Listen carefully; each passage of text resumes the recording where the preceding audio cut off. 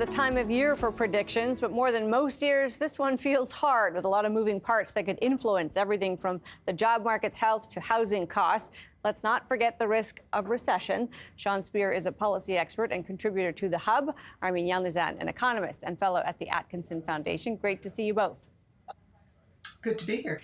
Armine, I'm going to start with you. I mean, recession obviously is the big question. I would add kind of a part two to that, which is, will it matter? Will it be one that economists notice but nobody else does, like a tree falling in the forest?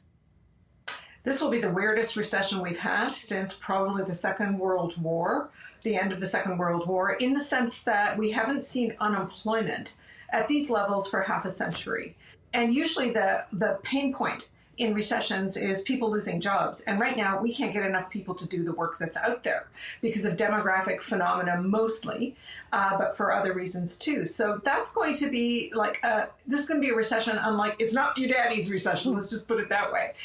What will be painful though, is seeing that the growth that we could have had not reaching its potential for two reasons. First of all, because of Bank of Canada monetary policy, which there's a real debate as to whether this is the right solution for, what ails us in terms of inflation. And secondly, because of what is happening around the world. Canada's fundamentals are remarkable, economically speaking, but we will not be able to duck what is happening to the United States, to Europe, and to China. So we will be dragged into their jet stream.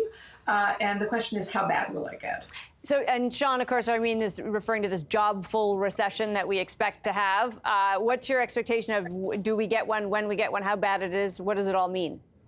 Yeah, I agree with Armine for the precisely the same reasons, Amanda. What's notable is even the global financial crisis of 2008, 2009 saw unemployment rates that were still below the norm in the 1980s and 1990s outside of recessions. And that was a function, as Armine says, of this growing trend towards aging demographics and the labor market implications, which are even more pronounced now. So we might see a contraction in the economy, but in terms of employment, most people won't experience it.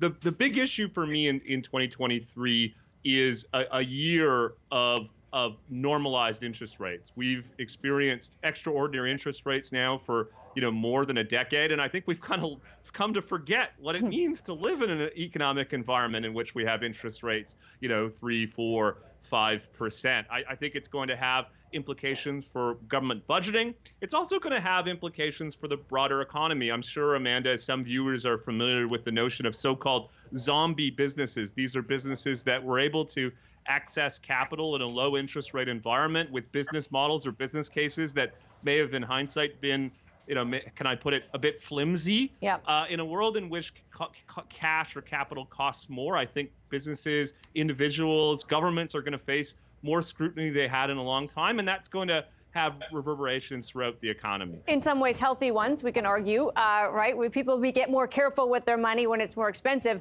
One place we didn't see that easy money flow, Armine, was particularly into wages. We've seen wage stagnation for a long time. Inflation has forced the hands a little bit. We still don't have cost of living increases built into contracts, which is bizarre as far as I'm concerned. But are we going to see more wage power in the year ahead, or will this recession, whatever it looks like, remove that from the equation and workers are back to where they were, which is behind the eight ball when it comes to rising prices and affordability? Great question, Amanda. I don't know the answer.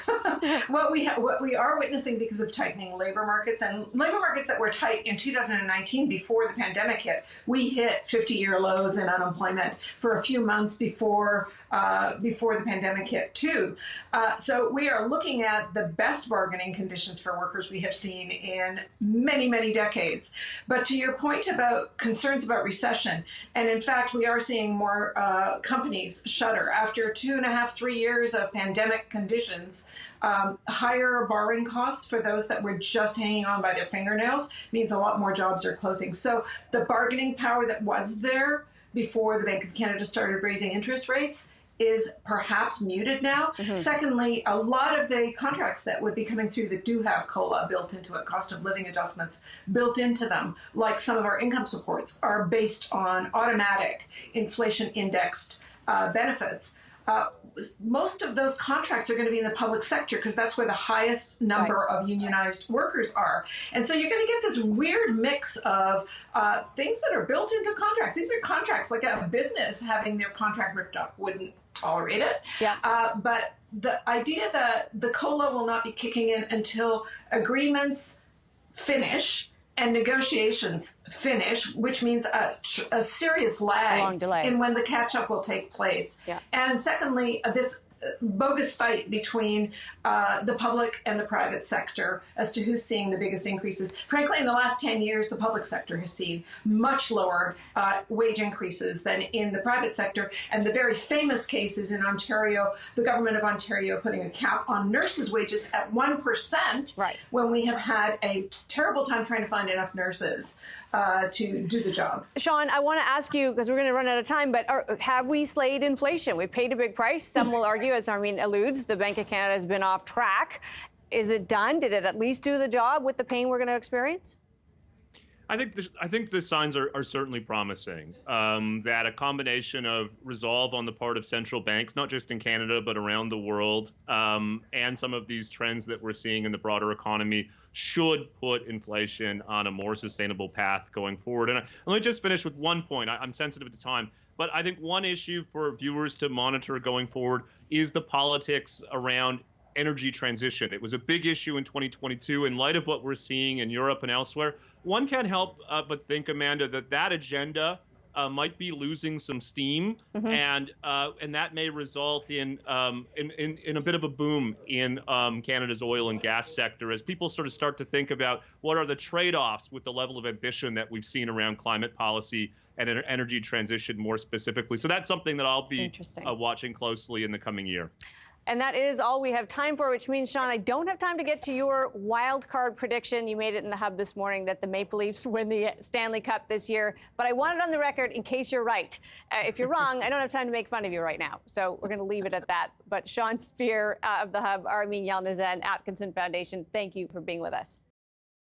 Coming up, as long as we're making predictions about 2023, we would be remiss if we didn't ask about COVID. That's still ahead. But first, it's a new year, but with some old problems, including how much more your boss makes than you do. In fact, just 43 minutes into this new working year, the top paid CEOs had already earned what the average Canadian worker will earn in a year. That's according to the Centre for Policy Alternatives. The payout comes with an asterisk, though. That $58,800 comes in the form of stock rather than cash for the most part. Feel better now? We're back after this.